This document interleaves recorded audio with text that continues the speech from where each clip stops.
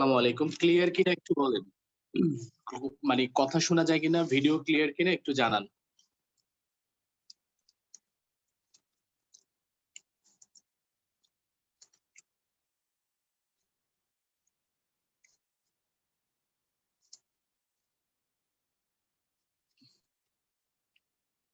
শোনা যায়?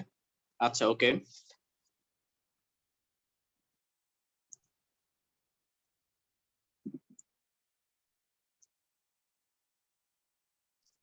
আচ্ছা,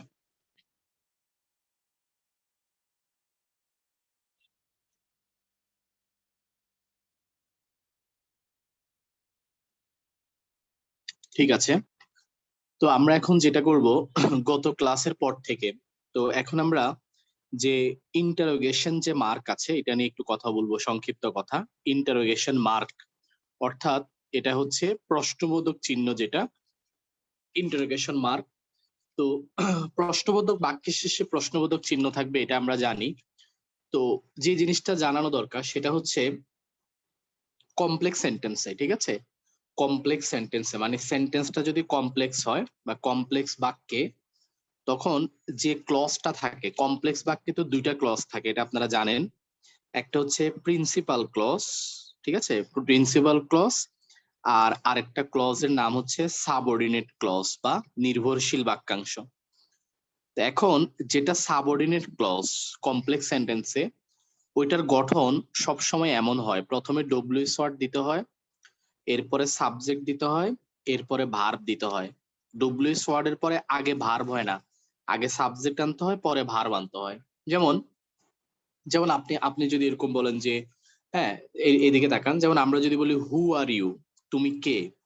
তো তুমি কে, এটা কিন্তু একটা simple sentence. Who are you, তুমি কে, এখানে একটাই ফাইনিট ভার্ব, একটাই সাবজেক্ট, এটা সিম্পল সেন্টেন্স। কিন্তু আপনি যদি এই হু আর ইউ কে আরেকটা বাক্যের সাথে যুক্ত করেন, কমপ্লেক্স সেন্টেন্স গঠন করেন। যেমন আমরা যদি বলি আই নো, আমি জানি, এটা একটা বাক্য। এবার আরেকটা বাক্য হচ্ছে আমি জানি, এরপরে তুমি কে, হু আর ইউ, তুমি কে, এটা একটা বাক্য। এখন এই দুইটাই কিন্তু simple sentence. I know simple sentence, who are you simple sentence. কিন্তু এই দুইটাকে যদি একসাথে যুক্ত করি তখন কমপ্লেক্স হয়ে যাবে। তখন এরকম হবে আই নো। এবার আই নো দেওয়ার পরে যে হু আর ইউ, এটা আর এইভাবে লেখা যাবে না, প্রথমে ডব্লিউএস ওয়ার্ড দিতে হবে, কাকে? হু কে। এবার এখানে যে সাবজেক্ট, ইউ আসবে আগে, সাবজেক্ট আগে, এরপরে যে ফাইনিট ভার্বটা, এই যে এই ফাইনিট ভার্বটা পরে চলে যাবে। তাহলে দেখেন, এই যে আই নো, এটা I know who you are, who are ইউটা হয়ে যাবে হু ইউ আর। তাহলে দেখেন, এটা ছিল, এটা হচ্ছে আই নো, ঠিক আছে, আর এটা হচ্ছে I know who are you, এটা হয়ে যাচ্ছে I know who you are. অর্থাৎ কমপ্লেক্স সেন্টেন্সে এটা প্রিন্সিপাল ক্লজ, এটা সাবঅর্ডিনেট ক্লজ। যেটা সাবঅর্ডিনেট ক্লজ, এটা প্রথমে ডব্লিউএস ওয়ার্ড, পরে সাবজেক্ট, পরে ভার্ব চলে আসবে। আরেকটা বাক্য দেখেন, যদি এরকম বলি যে হু স্টল, কে চুরি করেছিল, হু স্টল মাই পেন, কে আমার কলম চুরি করেছিল। এটা কিন্তু simple sentence, who stole my pen. এখন আমরা যদি এরকম বলি যে আমি জানি না, আই ডোন্ট নো, আমি জানি না, আমি কি জানি না, আই ডোন্ট নো, আমি জানি না কে আমার কলম চুরি করেছে। অর্থাৎ এটাকে যদি আমি এটার সাথে যুক্ত করি, তখন তখন আবার দেখেন হু, হ্যাঁ, হু স্টোল মাই পেন, এটা এভাবেই থাকবে, হু স্টোল মাই পেন। কেন? কারণ হচ্ছে এই যে হু, হু হচ্ছে সাবজেক্ট, হু। এবার স্টোল, এটা হচ্ছে ভার্ব, ঠিক আছে। আর মাই পেন, এটা হচ্ছে অবজেক্ট। ওকে। এখন দেখেন এখানে, এই যে আবার এখানে দেখেন, এখানে হু ইউ আর কেন হইছে? এখানে হু হচ্ছে সাবজেক্ট, সাবজেক্ট ভার্ব, এটা হচ্ছে হু আর ইউ, তুমি কে। দেখেন এটা কিন্তু অবজেক্ট না, আমি একটু বুঝে আর একটু গুছিয়ে বলি। দেখেন এখানে সাবজেক্ট, এরপরে হচ্ছে আপনার এখানে হু, ডব্লিউএস ওয়ার্ড। এই যে হু এর পরে ডব্লিউএস ওয়ার্ড এর পরে এখানে কি আসছে বলেন? সাবজেক্ট। আর এখানে হচ্ছে verb, WH word, subject, verb. কিন্তু এই বাক্যে দেখেন, এই বাক্যে হু নিজেই কিন্তু সাবজেক্ট, এখানে ডব্লিউএস ওয়ার্ডটাই সাবজেক্টের কাজ করতেছে। এখানে দেখেন হু হচ্ছে ডব্লিউএস ওয়ার্ড, ডব্লিউএস ওয়ার্ডের পরে আবার সাবজেক্ট আছে, এজন্য আগে সাবজেক্ট, পরে কি বসবে বলেন? ভার্ব। কিন্তু এখানে ডব্লিউএস ওয়ার্ডের পর আর কোনো সাবজেক্ট নাই, মানে ডব্লিউএস ওয়ার্ড নিজেই সাবজেক্টের কাজ করছে। এই জন্য ডব্লিউএস ওয়ার্ডের পরে সরাসরি ভার্ব। মানে নিয়মটা হচ্ছে, নিয়মটা, মূল নিয়মটা হচ্ছে, আমি বলি, ডব্লিউএস ওয়ার্ডের পরে যদি সাবজেক্ট না থাকে তাহলে ডব্লিউএস ওয়ার্ডের পরে ভার্ব, এরপরে বাকি অংশ যা আছে তাই বসবে। আর যদি ডব্লিউএস ওয়ার্ডের পরে সাবজেক্ট থাকে তাহলে ডব্লিউএস ওয়ার্ডের পরে আগে সাবজেক্ট, পরে দিয়ে এরপরে ভার্ব বসবে, এরপরে বাকি কিছু থাকলে সেটা বসবে। মানে সোজা কথা, সাবজেক্ট যদি থাকে সাবজেক্ট ভার্বের আগে বসবে, এটাই হচ্ছে কথা। যেমন আরেকটা বাক্য দেখেন, আমরা যদি বলি হু ডিড ইট, এটা আসলে কে করেছিল, হু ডিড ইট। এখন এখানে কিন্তু, এখানে আমি যদি বলি আই নো, আমি জানি এটা কে করেছে, তাহলে আই নো, তাহলে এটা হু ডিড ইট যেভাবে আছে এভাবেই থাকবে। কারণ কি? কারণ হচ্ছে আপনি দেখেন এই যে ডব্লিউএস ওয়ার্ড, ডব্লিউএস ওয়ার্ডটা নিজেই সাবজেক্ট, এরপরে ভার্ব, এরপরে বাকি অংশ, অর্থাৎ এখানে ডব্লিউএস ওয়ার্ড নিজেই সাবজেক্ট। আবার বাক্যটা যদি এমন হইতো who is he, say K, who is he, আর আমি যদি এটাকে আই নো দিয়ে যোগ করে আই নো, তখন এমন হবে I know who, WH word হচ্ছে হু, এবার হু ইজ হি সাবজেক্ট কে হি, হু হি, আবার ভার্ব কে ইজ, তখন আবার উল্টে গেছে I know who he is. তাহলে হু ইজ হি এটা, আর যখন কমপ্লেক্স করছি তখন হু হি ইজ, অর্থাৎ এখানে ডব্লিউএস ওয়ার্ড আর এখানে হুটা হচ্ছে নিজে সাবজেক্ট, আর এখানে ডব্লিউএস ওয়ার্ড নিজেই সাবজেক্ট, এই জন্য ডব্লিউএস ওয়ার্ড এর পরে ভার্ব। আর এখানে হু নিজেই সাবজেক্ট, হু সাবজেক্ট না, সাবজেক্ট হচ্ছে হি, এজন্য আগে সাবজেক্ট পরে ভার্ব। আচ্ছা, আর এখানে ওই যে এখানে প্রশ্নবোধক, এখানে ফুল স্টপ কেন? ওই যে এটা প্রিন্সিপাল ক্লজ, এটা সাধারণ, এই জন্য এখানে ফুল স্টপ। এটা সাধারণ বাক্য অ্যাসার্টিভ, এই জন্য ফুল স্টপ। আচ্ছা, আরেকটা নিয়ম হচ্ছে কোন ক্ষেত্রে যদি আপনি সন্দেহ প্রকাশ করেন তাহলে বন্ধনীর ভিতরে মানে ব্র্যাকেটের ভিতরে তখন কোশ্চেন মার্ক দিতে হয় সন্দেহ প্রকাশ করার ক্ষেত্রে। এটাও পাংচুয়েশনের একটা নিয়ম। যেমন হি ইজ আ ডক্টর, সে একজন ডাক্তার, আপনি নিশ্চিত, তখন আপনি এরকম ফুল স্টপ দিবেন, সে একজন ডাক্তার। কিন্তু আপনার যদি সন্দেহ হয় সে কি একজন ডাক্তার, মানে আপনি ক্লিয়ার না আসলে ডাক্তার নাকি ডাক্তার না, তখন এটা লেখার সময় এভাবে দিবেন হি ইজ আ ডক্টর। এর মানে হচ্ছে আপনি এটা নিশ্চিত না যে আসলে সে ডাক্তার কিনা, মানে আপনি হইতেও পারে আবার নাও হতে পারে, আপনি সন্দেহ করছেন। আবার দেখেন আমরা যদি এরকম বলি হি ওয়াজ ডাইড, সে মারা গেছে 1972 সালে, এখন ফুল স্টপ দেওয়া মানে এটা নিশ্চিত, তথ্যটা ক্লিয়ার। কিন্তু এখানে প্রশ্নবোধক দেওয়া মানে হচ্ছে এটা নিশ্চিত না আসলে কবে ঘটছে, আপনি অনুমান করছেন, সন্দেহ প্রকাশ করছেন এই ব্যাপারে। বিরাম চিহ্নের মানে পাংচুয়েশন মার্কের এর পরবর্তী যে নিয়মটা নিয়ে আমরা আলোচনা করব, এক্সক্লেমেশন। এটা হচ্ছে এই চিহ্নটা এক্সক্লেমেশন, মানে অবাক হয়ে যাওয়া, বিস্ময় প্রকাশ করা। আপনি কারো দৃষ্টি আকর্ষণের জন্য, আপনি যদি কারো দৃষ্টি আকর্ষণ করতে চান কোনো ব্যাপারে, তখন আপনি এটা ব্যবহার করতে পারেন। দেখবেন বিভিন্ন কোম্পানিগুলো দৃষ্টি আকর্ষণের জন্য, মনে করেন বলে না নগদে নগদে অনেক ছাড়, এরকম লেগে বিকাশে বিশাল ছাড়, এরকম একটা চিহ্ন দিয়ে দেয়।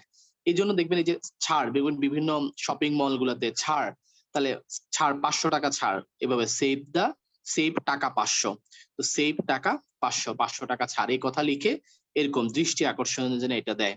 ঠিক আছে, যেমন ডিসকাউন্ট, মনে করেন বললো যে 25% ডিসকাউন্ট, তাহলে 25% ডিসকাউন্ট লিখে এরকম একটা চিহ্ন দিবে, এই চিহ্নটা দিয়ে বোঝায় মানে দৃষ্টি আকর্ষণের জন্য এই এক্সক্লেমেটরি মার্কটা ব্যবহার হয় বা এক্সক্লেমেশন ব্যবহার করা যায় দৃষ্টি আকর্ষণের ক্ষেত্রে কারণ।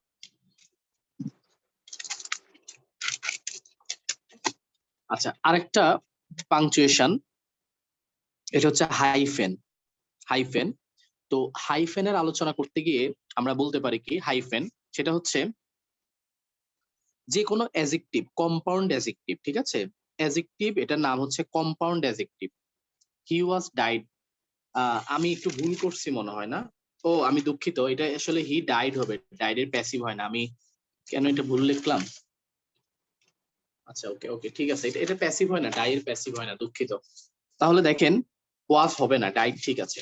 তাহলে দেখেন compound adjective, compound adjective, compound adjective যখন, ঠিক আছে, কম্পাউন্ড অ্যাজেক্টিভ মানে হচ্ছে একাধিক অ্যাজেক্টিভ যদি একসাথে বসে, তখন একাধিক অ্যাজেক্টিভ যখন একসাথে বসে, যে তখন এটাকে হাইফেন ইউজ করা হয় কম্পাউন্ড অ্যাজেক্টিভ। যেমন দেখেন আমরা এইভাবে বলি যদি ইট ইজ আ ওয়েল প্ল্যান্ড, ঠিক আছে, ওয়েল, এরপর হচ্ছে প্ল্যান্ড মার্ডার, এটা একটা সুপরিকল্পিত খুন, ওয়েল প্ল্যান মার্ডার।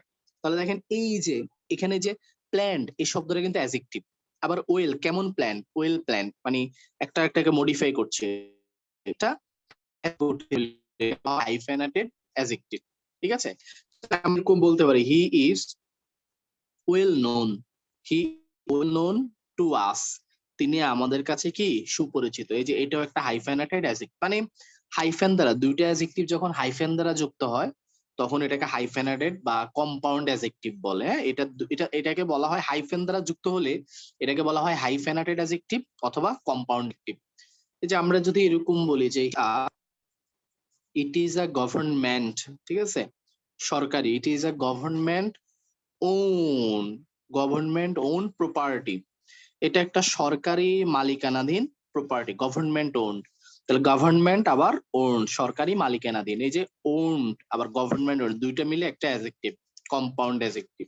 আবার বিভিন্ন কম্পাউন্ড নাউন গঠন করার ক্ষেত্রে এই হাইফেনটা ইউজ করা হয়। কম্পাউন্ড নাউন কম্পাউন্ড অ্যাডজেক্টিভের ক্ষেত্রে হয়, আবার কম্পাউন্ড নাউন গঠন করার ক্ষেত্রে এটা ব্যবহৃত হয়। কম্পাউন্ড নাউন যেমন আমরা বলি না ব্রাদার ইন ল, শালা, শালি, এইগুলো কম্পাউন্ড নাউন, তখন এগুলো খুব ইউজ হয়। এগুলো তো আপনারা জানেন, ছোটবেলায় আমরা এগুলো পড়ে আসছি। পেসার ভাই, হ্যাঁ, পেসার ভাই মানে হচ্ছে প্রতীক যেটা। এরপরে আপনার শাশুড়ি, mother in law, father in law, ঠিক আছে, mother in law, father in law, এই ধরনের কথাবার্তা বলতে গেলে আমরা এই কম্পাউন্ড নাউনের ক্ষেত্রে হাইফেনটা ইউজ করি। আরেকটা গুরুত্বপূর্ণ ব্যাপার হচ্ছে কিছু কিছু প্রেফিক্স আছে। প্রেফিক্স মানে তো জানেন শব্দের শুরুতে যেগুলো বসে প্রেফিক্স। কিছু কিছু প্রেফিক্স যেমন অল, এরপরে আপনার প্রো, এই যে প্রো আছে না, প্রো, এরপরে সেলফ, এই সেলফ, আরেকটা হচ্ছে এক্স, এই প্রেফিক্স গুলোর পরে কিন্তু হাইফেন ইউজ করা হয়। যেমন আমরা এরকম বলি না অল ইম্পর্টেন্ট, এই যে অল দিয়ে একটা হাইফেনটা একটু বড় হয়ে গেছে, আর একটু ছোট হয়, এত বড় হয় না, অল ইম্পর্টেন্ট, হ্যাঁ, অল ইম্পর্টেন্ট। এবার আমরা বলি না সাবেক টিচার, এক্স টিচার, ঠিক আছে, ex girlfriend, ex boyfriend use করতে আমরা এগুলো লিখি। যেমন আত্মবিশ্বাস ইংলিশ কি, সেলফ কনফিডেন্স, এই ধরনের, ঠিক আছে, এই ধরনের কথাবার্তার ক্ষেত্রে এগুলা ইউজ করা হয়। আরো আছে যেমন প্রো আছে না, প্রি, যে প্রি, এরপরে পোস্ট, এগুলোর ক্ষেত্রে অনেক সময় ইউজ করা হয়, ঠিক আছে, প্রি পোস্ট, আমরা বলি না পোস্ট লিবারেশন, প্রি লিবারেশন, এই টাইপের কথাবার্তার ক্ষেত্রে এইটা হাইফেনটা এখানে ইউজ হয়। হাইফেন তো এতটুকু, হ্যাঁ, এটা হলো হাইফেন। হাইফেনের চেয়ে একটু বড় যেটা, এটাকে বলা হয় ড্যাশ। যদিও আমরা এগুলো বড় বড় দিয়ে দিছি, ড্যাশের মতো দিয়ে দিছি, বাট হাইফেনটা কিন্তু একটু ছোট থাকে, এরকম এরকম এরকম, ঠিক আছে, আর ড্যাশটা একটু বড়। ড্যাশ ড্যাশ কখন ইউজ হয় জানেন? আপনি যদি কোনো বাক্যের পুনরাবৃত্তি করেন, যে কোনো বাক্যের যদি পুনরাবৃত্তি করা হয়, মানে রিপিটেশন করা হয়, তখন এই ড্যাশ ইউজ হয় রিপিটেশন করতে গেলে। যেমন আপনি এইভাবে বললেন যে দিস ইজ অ্যান আইডিয়াল, ঠিক আছে, this is an ideal school, this is an ideal, এটা একটা আইডিয়াল স্কুল। এবার আপনি আবার পুনরাবৃত্তি করলেন, পারহ্যাপস, পারহ্যাপস দা বেস্ট, সম্ভবত সবচেয়ে সেরা। তো এই যে দেখেন আইডিয়াল মানেই তো আদর্শ স্কুল। এখন এই আইডিয়াল এই বাক্যটাকে আপনি কি করলেন, একটু পুনরাবৃত্তি, কোনো বাক্যের পুনরাবৃত্তি করতে গেছেন, তখন আপনি হাইফেনটা ইউজ করবেন। বাংলায় বাংলা এভাবে লেখা যায়, মনে করেন বাংলা উদাহরণ, সে অনেক মিথ্যা কথা বলে, সে অনেক মিথ্যা কথা বলে। এবার লিখলেন সে অনেক মিথ্যা কথা বলে, সবচেয়ে বড় মিথ্যাবাদী, মানে সে সবচেয়ে বড় মিথ্যাবাদী। দেখেন সে অনেক মিথ্যা কথা বলে, তো বেশি মিথ্যা কথা বললে তো বড় মিথ্যাবাদী। তারপরে আমি এটাকে আবার রিপিটেশন করলাম, তখন ড্যাশ দিয়ে আমাকে লিখতে হবে সবচেয়ে বড় মিথ্যাবাদী। কোনো বাক্যের, মানে এই বাক্যটাকে যদি অন্যভাবে আবার আমি রিপিটেশন করতে যাই, তখন এই হাইফেন মানে ড্যাশের দরকার হয় আর কি। আবার আপনি যদি অনেকগুলা সাবজেক্টকে একসাথে গুছিয়ে নিতে, অনেকগুলা সাবজেক্ট, যেমন সাবজেক্ট, বাক্যের অনেকগুলো সাবজেক্ট, যেমন ফ্রেন্ডস একটা সাবজেক্ট, এরপরে হচ্ছে কম্পেনিয়ন্স, ফ্রেন্ডস একটা সাবজেক্ট, এরপরে কম্পেনিয়ন্স সঙ্গী একটা সাবজেক্ট, এরপরে রিলেটিভস আত্মীয় স্বজন, এটাও একটা সাবজেক্ট। এখানে আমি যদি বলি অল ডিজায়ার্ড হিম, অল ডিজায়ার্ড হিম, এই যে সবগুলো সাবজেক্টকে গুছিয়ে নিতে গেলে আপনি এভাবে হাইফেন দিয়ে দিবেন।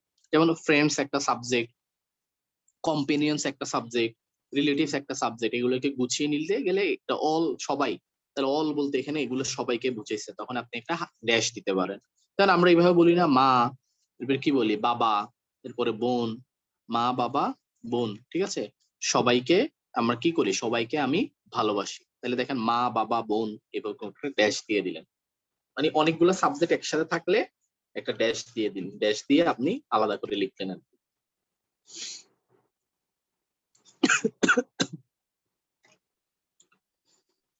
আচ্ছা, এরপরে বিরাম চিহ্নের মধ্যে যেটা আসে সেটার নাম হচ্ছে ব্র্যাকেটস, ঠিক আছে, ব্র্যাকেটস।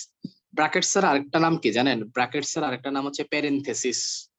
ব্র্যাকেটস বা প্যারেনথেসিস, বন্ধনী। এটা আবার এটাও হয়, আবার এটাও হয়। First bracket, second bracket, third bracket, এগুলো ছোটবেলায় আমরা পড়ছি ম্যাথ করতে গেলে, সরল অঙ্কে।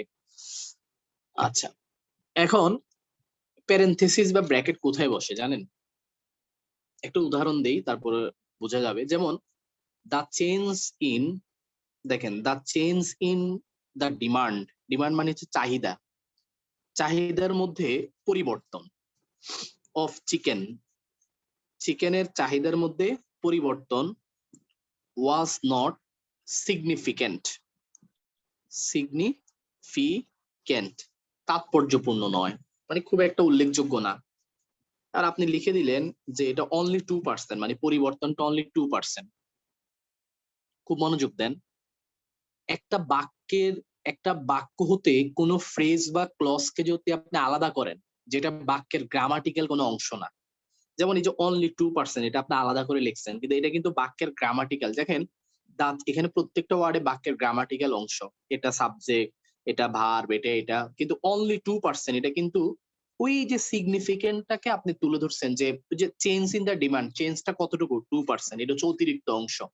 এই বাক্যের বিভিন্ন ফ্রেজ বা ক্লজকে যদি আপনি আলাদা করে লিখতে চান, যেটা মূল বাক্যের অংশ না, বা এটা আলাদা করলে বা এটা না লিখলেও মূল বাক্যের কোনো ক্ষতি হয় না, এটাই হচ্ছে প্যারেনথেসিস বা ব্র্যাকেট দ্বারা আপনাকে কি করতে হবে, আবদ্ধ করে দিতে হবে। আরেকটা উদাহরণ দিয়ে বুঝাই। যেমন আমরা যদি এমন বলি, I have lost, I have lost আমি হারিয়েছি। আই হ্যাভ লস্ট অল আমি সব হারিয়েছি। I had, I have lost all আমি সব হারিয়েছি। I had in my purse আমার পকেটে যা ছিল আমি সব হারিয়েছি, পকেটে যা ছিল সব। এবার এখানে আমি লিখলাম 5000 টাকা, তাহলে আমার পকেটে যা ছিল আমি সব হারিয়েছি, এখানে লিখলাম আমি 5000 টাকা। তাহলে দেখেন কত হারিয়েছি, যা ছিল সব হারিয়েছি, তাহলে ব্র্যাকেটে উল্লেখ করে দিলাম যে এটার পরিমাণ হচ্ছে কত, 5000 টাকা। 5000 টাকা আমি হারিয়েছি, উল্লেখ করে দিলাম পরিমাণটা। আরেকটা দেখেন, most of the, most of the people think, অনেক পিপলই মনে করেন, most of the people think, অনেক পিপলই মনে করেন যে, থিঙ্ক দ্যাট এটিকুয়েট, এটিকুয়েট মানে হচ্ছে আসলে ভালো ব্যবহার, গুড ম্যানার। তো এটিকিউটের অর্থ কি, এটা আমি ব্র্যাকেটে লিখে দিলাম, মনে করেন এটা হলো এটিকিউটের অর্থ। তাহলে good manners is highly, good manners is highly essential for making, for making a good relationship. অর্থাৎ ভালো রিলেশনশিপ তৈরি করতে গেলে, কারোর সাথে ভালো সম্পর্ক তৈরি করতে গেলে ভালো ম্যানারটা আবশ্যক, এটা অনেক লোকজনে মনে করেন। তাহলে এটিকুয়েট আবশ্যক, এটিকুয়েটের অর্থটা কি, এটা আমি ব্র্যাকেটে লিখে দিলাম। এটা যদি আমি না লিখতাম বাক্যে, তাও বাক্যের কোনো সমস্যা হতো না, গ্রামাটিক্যাল কোনো ভুল হতো না, কিন্তু তারপর আমি ব্যাখ্যা করে লিখে দিলাম। এটার নামই হচ্ছে, এটাই হচ্ছে প্যারেনথেসিস বা ব্র্যাকেটের ভিতর আবদ্ধ করে দিতে হয়, যেটা প্রয়োজন নাই, দিলে ভালো, ব্যাখ্যা সুলভ কিছু একটা। এই ছিল পাংচুয়েশনের আলোচনা। পরীক্ষায় একই সাথে, মানে যে প্রশ্নটা দেয় একই সাথে পাংচুয়েশনের সাথে ক্যাপিটালাইজেশনও থাকে। ক্যাপিটালাইজেশন, ক্যাপিটালাইজেশন মানে হচ্ছে যেখানে বড় হাতের মানে বড় হাতের ক্যাপিটাল লেটার দরকার, কোথায় কোথায় দরকার সেটা। তো ক্যাপিটাল লেটার বাক্যের শুরুতে দরকার, এটা আমরা সবাই জানি, এটা নিয়ে কথা বলা দরকার নাই। যে কোনো বাক্যের শুরুতে ক্যাপিটাল লেটার দরকার, যে কোনো বাক্যই ক্যাপিটাল, কোনো বাক্যই স্মল লেটার দিয়ে শুরু হয়। কিন্তু কবিতা আছে না, যে কোনো কবিতা, কবিতার প্রথম, মানে কবিতার প্রতিটা লাইনের প্রথম লেটার, একদম প্রতিটা লাইনের, প্রতিটা লাইনের প্রথম লেটার, প্রতিটা লাইনের প্রথম লেটার আপনাকে ক্যাপিটাল দিতে হবে, এটা নিয়ম। ইংরেজি কবিতার প্রতিটা লাইনের প্রথম লেটার আপনাকে ক্যাপিটাল দিতে হবে, যে কোনো কবিতা। যেমন হি প্রেথ, ঠিক আছে, হি প্রেথ বেস্ট হু লাভেথ বেস্ট, এটার অর্থ হচ্ছে জীবে দয়া করে যে জন, সেজন সেবিছে ঈশ্বর, মানে সে ঈশ্বরকে সেবা করে। All things, all things both great, ছোট বা বড়, বোথ গ্রেট অ্যান্ড স্মল, ছোট বড় যত জিনিস আছে জগতে, যত প্রাণী আছে, জীবে দয়া করে যেজন, সেজন ঈশ্বরকে কি করে, সেবা করে। এটা এসটি কলেরিজ, স্যামুয়েল টেইলর কলেরিজের একটা উক্তি, কবিতার উক্তি। দেখেন এখানে কিন্তু ফুল স্টপ নাই, ফুল স্টপটা এখানে, তার মানে বাক্যটা শেষ হয়েছে এখানে। কিন্তু ওই যে কবিতা, যে এই জন্য প্রথম অক্ষর ক্যাপিটাল, এখানেও ক্যাপিটাল, এখানেও ক্যাপিটাল। মানে কবিতার যত লাইনই হোক না কেন, প্রতিটা লাইনের প্রথম অক্ষর আপনাকে ক্যাপিটাল ক্যাপিটাল করে দিতে হবে। এস.টি. কলেরিস এর উক্তি, হ্যাঁ, স্যামুয়েল টেইলর কলেরিস, ওনাকে বলা হয়তো অপিয়াম ইটার, মানে আফিম খোর কবি। উনি অসুস্থ ছিলেন, ডাক্তারের পরামর্শে আফিম খাওয়া শুরু করেছেন, আফিমের প্রতি আসক্ত হয়ে গেছেন, এই জন্য তাকে বলা হয় অপিয়াম ইটার, মানে হচ্ছে আফিম খোর কবি। তার একটা কবিতা আছে, এটা হচ্ছে the rime of ancient mariner, বৃদ্ধ নাবিকের ছড়া, ওই কবিতা থেকে এটা নেওয়া হয়েছে। এটা জীবে দয়া করে যে জন, যে স্বামী বিবেকানন্দের উক্তি আর কি, সেজন সেবিছে ঈশ্বর। তাহলে ইংরেজি কবিতার প্রতিটা লাইনের একদম প্রথম অক্ষর ক্যাপিটাল দিতে হবে। এরপরে ক্যাপিটাল আরেকটা জায়গায় বসে, বাক্যের যে কোনো জায়গায় আই, বাক্যের যেখানে আই থাকুক এখানে ক্যাপিটাল, এটা আমরা জানি। আবার সৃষ্টিকর্তার নাম বা সৃষ্টিকর্তাকে বুঝালে, সৃষ্টিকর্তার নাম বা সৃষ্টিকর্তাকে বুঝালেও ক্যাপিটাল হয়।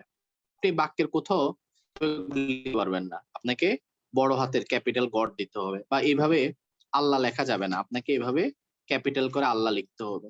শুধু তাই নয়, যেমন আমরা যদি এরকম বলি যে উই লাভ আল্লাহ, ঠিক আছে, এবার আপনি কি করলেন, ফুল স্টপ দিলেন, এবার লিখলেন উই শুড অবে, আমাদের মানা উচিত, উই শুড অবে হিজ রুলস, আমাদের মানা উচিত তার নিয়মগুলো। এই যে হিজ এভাবে দিলেও হবে না, কারণ এখানে হিজ দ্বারা কিন্তু আল্লাহকে বোঝানো হয়েছে, এই জন্য হিজ এর হিটা এখানে ক্যাপিটাল দিতে হবে। গড, গডের গড, গড দ্বারা যদি, হিজ দ্বারা যদি গডকে বুঝায়, আল্লাহকে বুঝায়, প্রভুকে বুঝায়, অবশ্যই আপনাকে ক্যাপিটাল দিতে হবে। বাক্যের মাঝখানে এসে হঠাৎ করে ক্যাপিটাল হয়ে যাবে শুধু এইটার, এটা ওনার মানে আল্লাহর কারণে, গডের কারণে, এই নামগুলোর কারণে।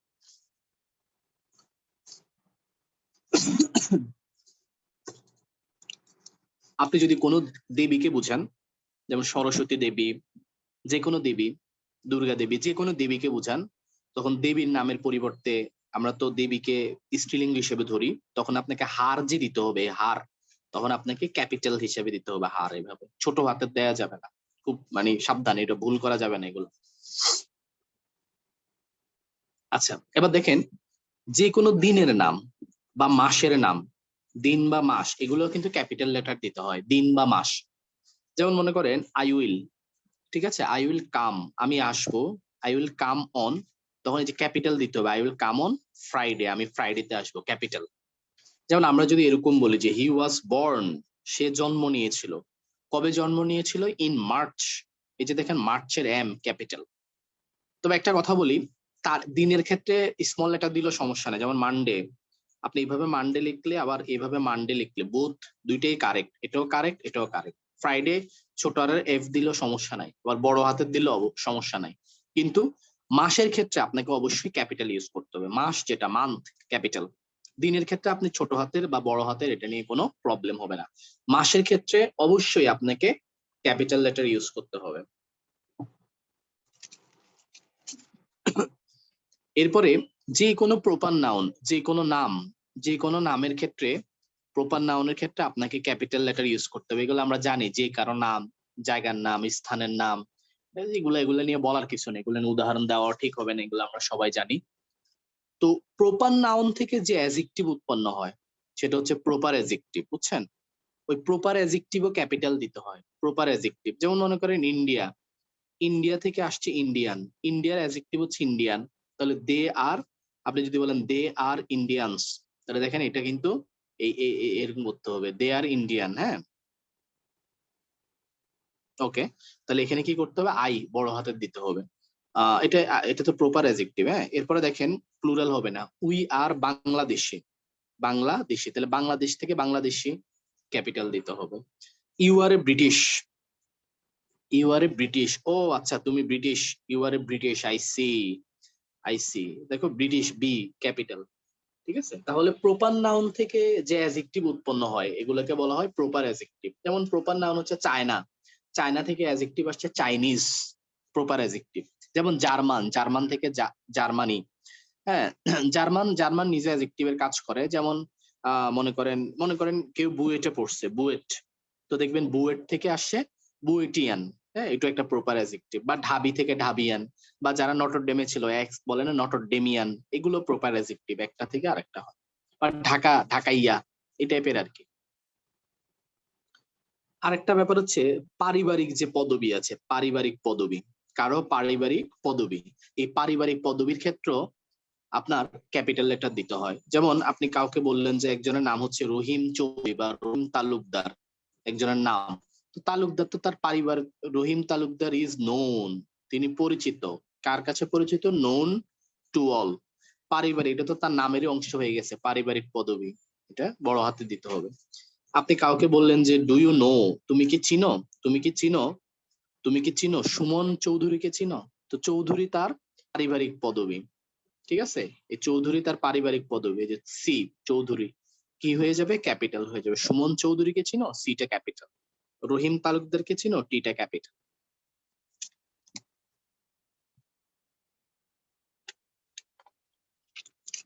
আবার কোন ব্যক্তির পদবি, পারিবারিক পদবি না, ব্যক্তির পেশাগত পদবি, কোন ব্যক্তির পদবি, যে কোনো ব্যক্তির পদবির ক্ষেত্রে আপনাকে ক্যাপিটাল ইউজ করতে হবে। যেমন আপনি যদি এভাবে বলেন যে হ্যাভ ইউ সিন, তুমি কি দেখেছো, কাকে দেখেছো, have you seen colonel, colonel, হ্যাঁ কলোনেল গাদ্দাফি, গাদ্দাফিকে কখনো দেখেছো, তাহলে দেখেন এই যে গাদ্দাফি, কর্নেল গাদ্দাফি, এটা তার পেশাগত পদবি, ক্যাপিটাল দিতে হবে। আপনি একজনকে বললেন যে বিচারক, জাস্টিস, ঠিক আছে, জাস্টিস রুহুল আমিন, একটা নাম দিলেন আর কি, justice Ruhul Amin came here, বিচারক রুহুল আমিন এখানে এসেছে। পেশাগত পদবি, এগুলাকে বাক্যের যেখানেই থাকুক এগুলোকে ক্যাপিটাল আকারে ইউজ করতে হবে। পেশাগত পদবি হোক, পারিবারিক পদবি হোক, সব ক্যাপিটাল। আরেকটা গুরুত্বপূর্ণ ব্যাপার, ন্যারেশন আছে না, ন্যারেশনের ডিরেক্ট স্পিচ, যেটা যেটা ডিরেক্ট স্পিচ, ইনভার্টেড কমা, এটা কিন্তু ক্যাপিটাল দিয়ে শুরু করতে হয়। আমরা অনেকে এটা ভুল করে স্মল দিয়ে দেই। যেমন হি সেড টু মি, সে আমাকে বলল, কি বলল, হাউ আর ইউ, এই যে হাউ আর ইউ লেখছেন না, ভুল হয়েছে, কারণ এই ইনভার্টেড কমার ভিতর যে অংশটা, এটা নতুন একটা সেন্টেন্স শুরু হয়েছে, এই জন্য হাউটা আপনাকে এভাবে ক্যাপিটাল করে দিতে হবে, হাউ আর ইউ। মনে রাখবেন ন্যারেশনের মধ্যে এই যে ইনভার্টেড কমার ভিতর যে এটা আছে, প্রথম লেটারটা, এটা অবশ্যই ক্যাপিটাল হবে, এটা স্মল দেওয়ার কোনো সুযোগ নাই। এরপরে যে কোনো পত্রিকার নাম, বুঝছেন, পত্রিকা অথবা ম্যাগাজিন আছে না, পত্রিকা ম্যাগাজিন বই পত্র এই টাইপের যা আছে, আগডুম বাগডুম যা আছে, সব ক্যাপিটাল, প্রত্যেকটা লেটার ক্যাপিটাল। যেমন আমরা যদি বলি দা বিসিএস ক্যান্ডিডেটস, মানে বিসিএস ক্যান্ডিডেটদের, দা বিসিএস ক্যান্ডিডেট শুড, উচিত, কি করা উচিত, শুড রিড, রিড দা, ঠিক আছে, এই যে টি বড় হাতের, দা ডেইলি স্টার, ডেইলি স্টার পড়া উচিত। এই যে টি আছে না, পত্রিকার নামের আগে দা হয়, এই দা টিও বড় হাতের, এটা নামের অংশ, ডিও বড় হাতের, এসও বড় হাতের, ঠিক আছে।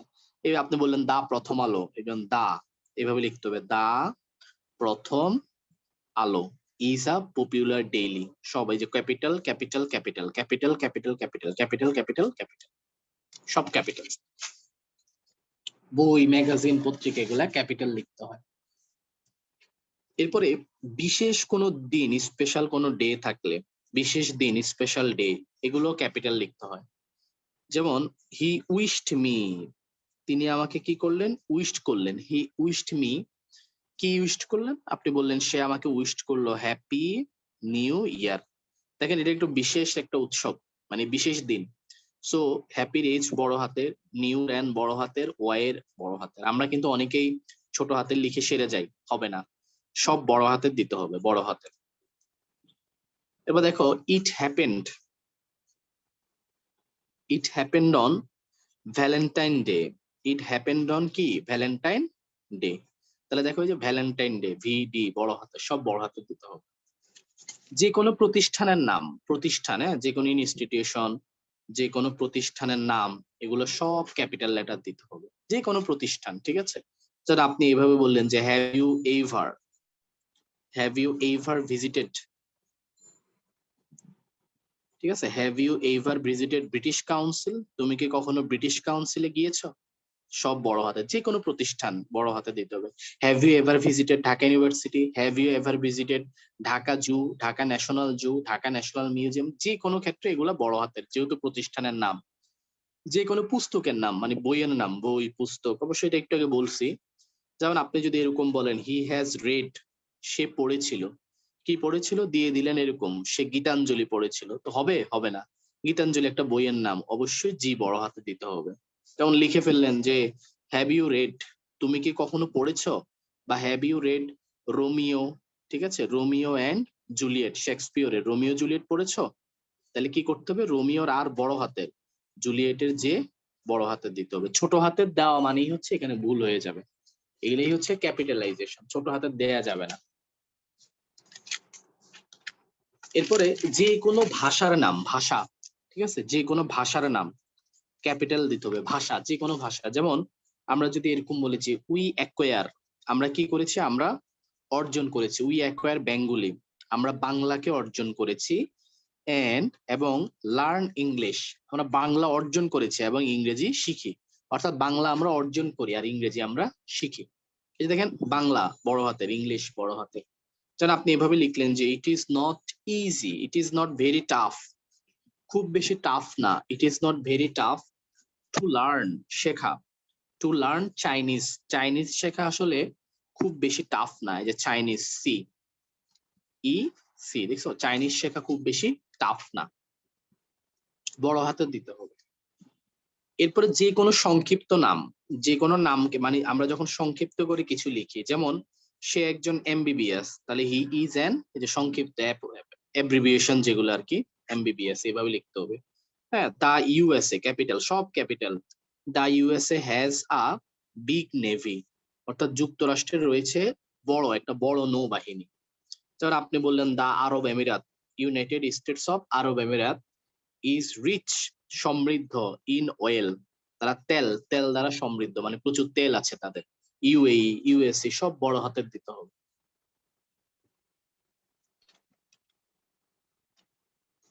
আচ্ছা, পাংচুয়েশনের, বুঝছেন, পাংচুয়েশনের একটা ইয়ে বাকি রয়ে গেছে রুল, সেটা হচ্ছে কমা, কমার আরেকটা দুইটা নিয়ম বাকি রয়ে গেছে। কমা, ট্যাগ, ক্যাপিটালাইজেশন শেষ, আর কিছু নাই, এর বাহিরে আর কিছু নাই।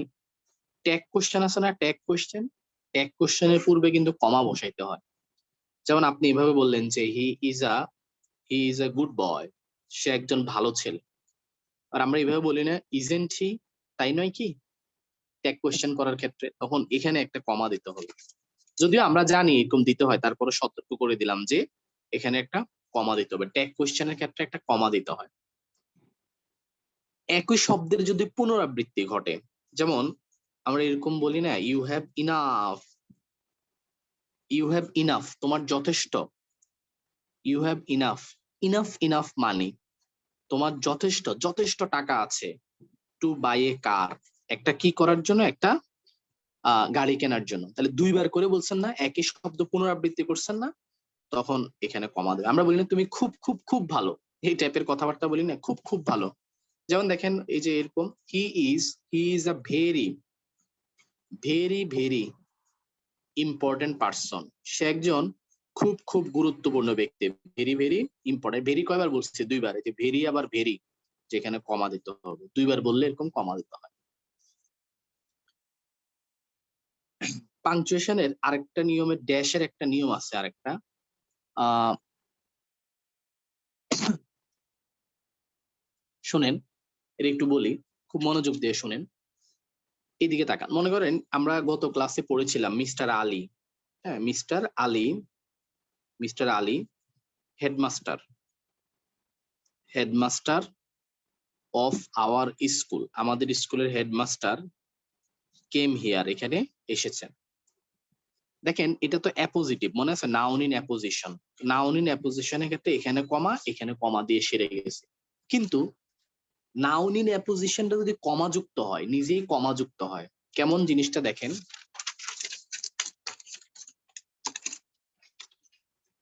আমরা বললাম যে দা বয়, ছেলেরা, বয়েজ ছেলেরা, কোন ছেলেরা, এবার আমরা বললাম যে Abul, Abul Babul, Abul Babul and Johnny, Abul Babul and Johnny left the class early.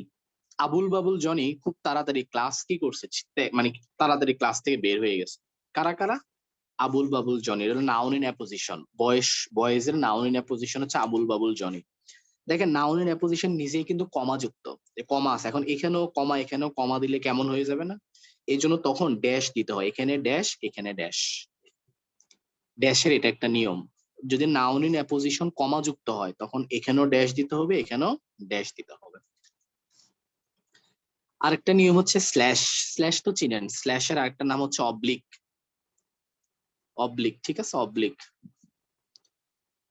আচ্ছা, অবলিক তো দুইটা ওয়ার্ডের মধ্যে যদি একটা আরেকটার বিকল্প হয়, যেমন আমি বললাম হ্যাপটি, হ্যাপটি অথবা কফি, তাহলে দেখো হ্যাপটি আর একটা হচ্ছে কি বলো, কফি। তো হয় চা, আমরা বললাম না টি অথবা চা কিছু একটা খাও, তো একটা একটা বিকল্প হলে এরকম অবলিক দিবেন। এরপরে সিঙ্গেল অথবা কি অথবা ম্যারিড, তাহলে একটা একটা বিপরীত হলে কি দিবেন, এরকম কমা দিবেন, সিঙ্গেল ম্যারিড কমা দিবেন। এই সিঙ্গেল নাকি ম্যারিড মনে করেন টিক দিবেন, কমা দিবেন, এরকম আর কি, একটা একটা অল্টারনেটিভ হলে কমা দিবেন।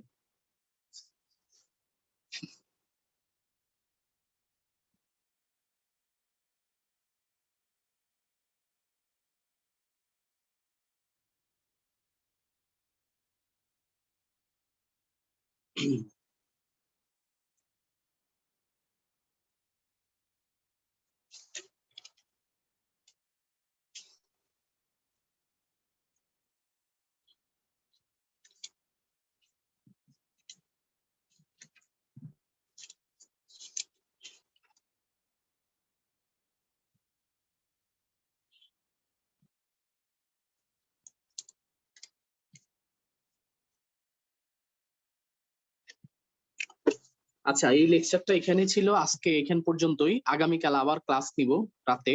আমি আপনাকে টাইমটা জানাই দিব, 8টায় নাকি 9টায়।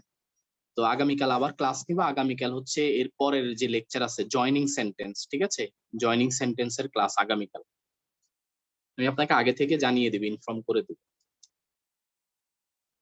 আজকে এখান পর্যন্তই থাকবে।